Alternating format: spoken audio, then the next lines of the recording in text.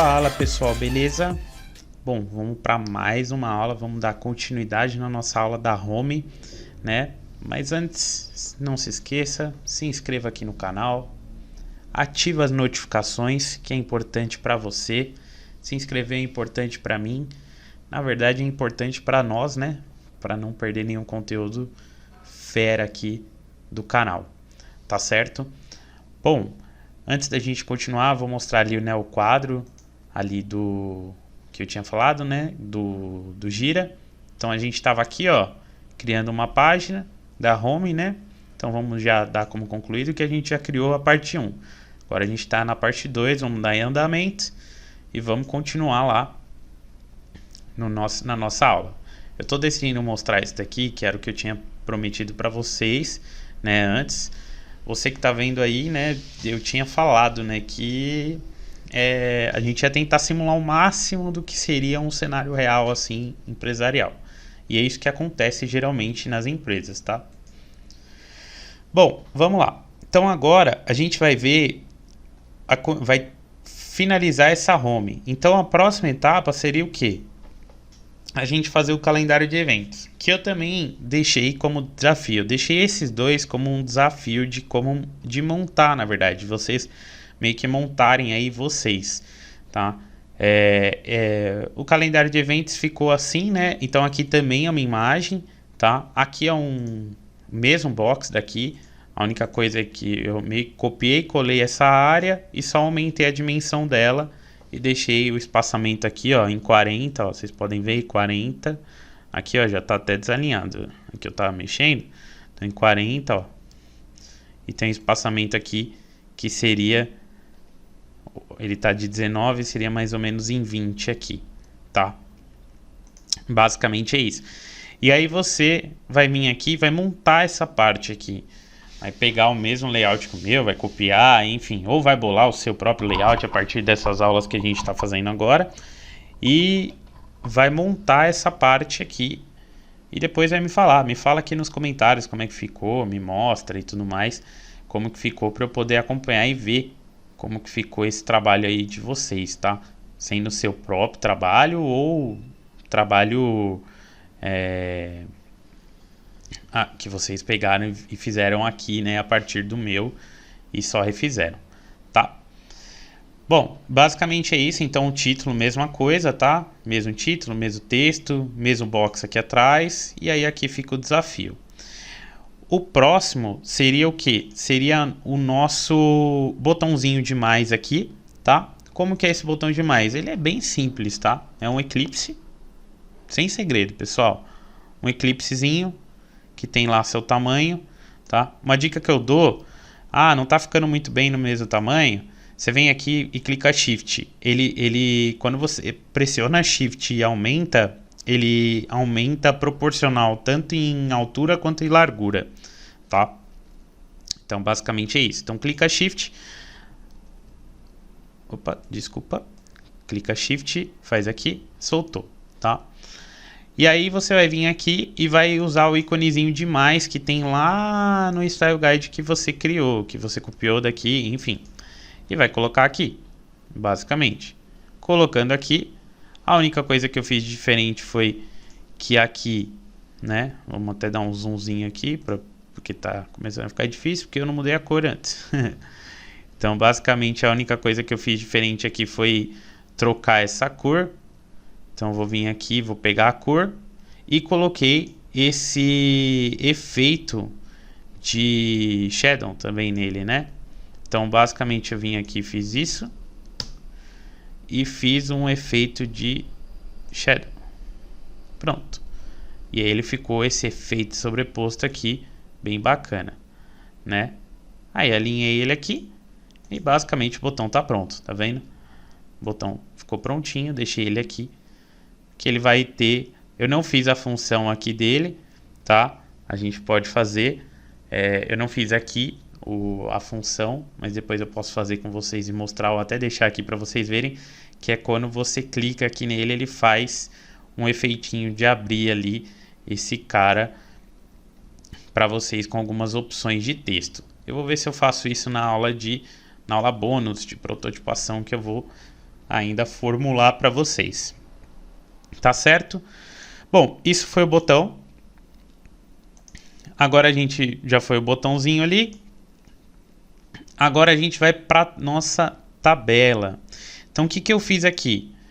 Peguei o mesmo esquema de box aqui, tá?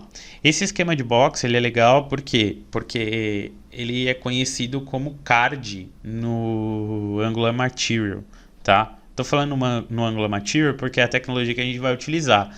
Mas no Material ele tem esse efeito de card, ele tem esse card, é um card list, mas do Angular Material ele se comporta bem assim. Então, como eu segui muito a primícia do Angular Material na hora que eu comecei a montar o layout, isso é muito importante você definir, tá?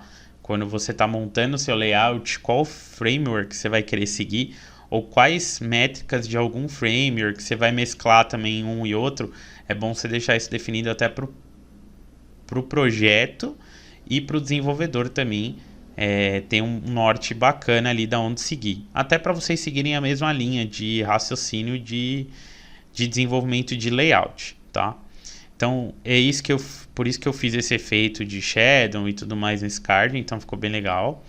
Aqui, basicamente, o input foi aquele input que a gente fez lá no nosso Style Guide, tá? Então, a gente criou aqui uma parte de...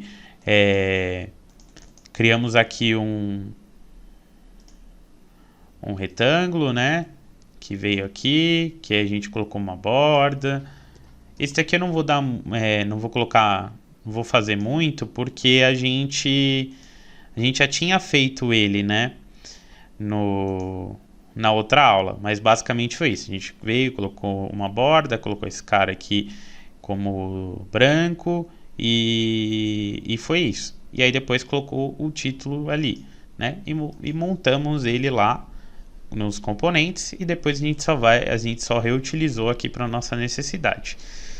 Aqui basicamente a gente é a mesma coisa da tabela, o nosso grid aqui, ele tem aqui, né, a gente tem aqui o nosso grid, a gente montou lá no nosso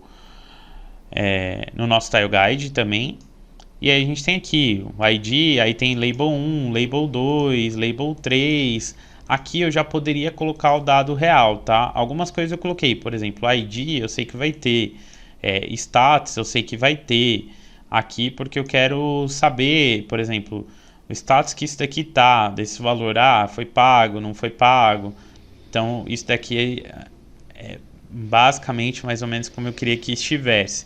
E aí aqui os valores que vão ter, aí provavelmente aqui seria algo como categoria, aqui seria algo como descrição, por aí vai, tá?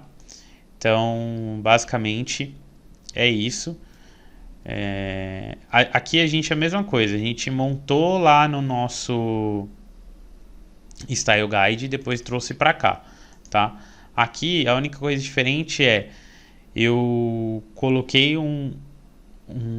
aqui a gente faz uma área, né? Coloca essa área lá para baixo para ela ficar por trás desse texto. E aí aqui a gente faz um retângulozinho, assim, ó, tá? Um retângulo e muda a cor dele, deixa ele bem fininho e coloca ali, também bem no cantinho, tá? Basicamente é isso. Uma coisa legal que é bacana muitas vezes de se fazer em componente, eu nem sei se aqui tá, se eu fiz, eu acho que eu não fiz aqui, mas quando a gente diminui o componente se comportar de acordo com a responsividade, tá?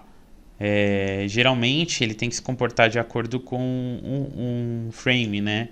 Então, por exemplo, eu tenho o frame aqui, então a tela diminuiu, ele tem que se comportar de acordo, tá? A gente consegue fazer isso como?